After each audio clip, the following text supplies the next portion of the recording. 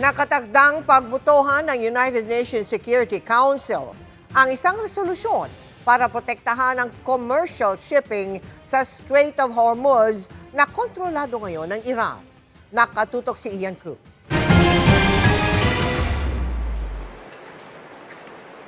Kasunod ng babala ni US President Donald Trump, natitindi pa ang pag-atake sa Iran sa susunod na 2 o 3 linggo.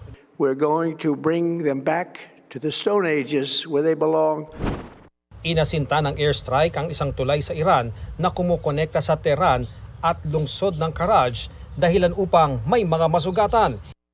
Ito pa naman ang pinakamataas sa tulay sa Middle East at pinasinayaan ngayong taon lang.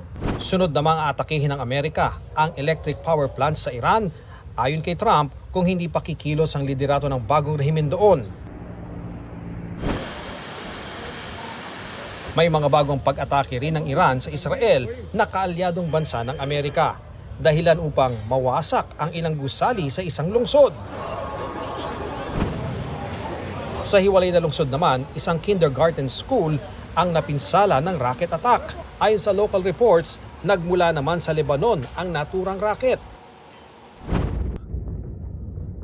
Ang higit 1 buwanang palitan ng atake sa pagitan ng Amerika at kaalyadong Israel laban sa Iran nagresulta sa paghigpit sa Strait of Hormuz na daanan ng supply ng krudo at dahilan ng pagsipa ng presyo ng langis.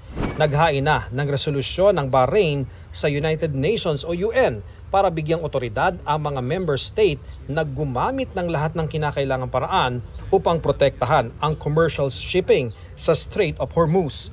Nakatakdayang pagbotohan ng United Nations Security Council ngayong araw.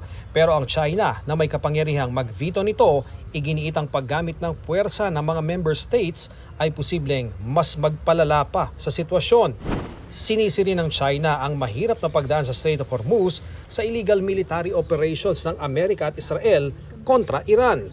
Mungkahi ng China magtigil putukan o mag-ceasefire.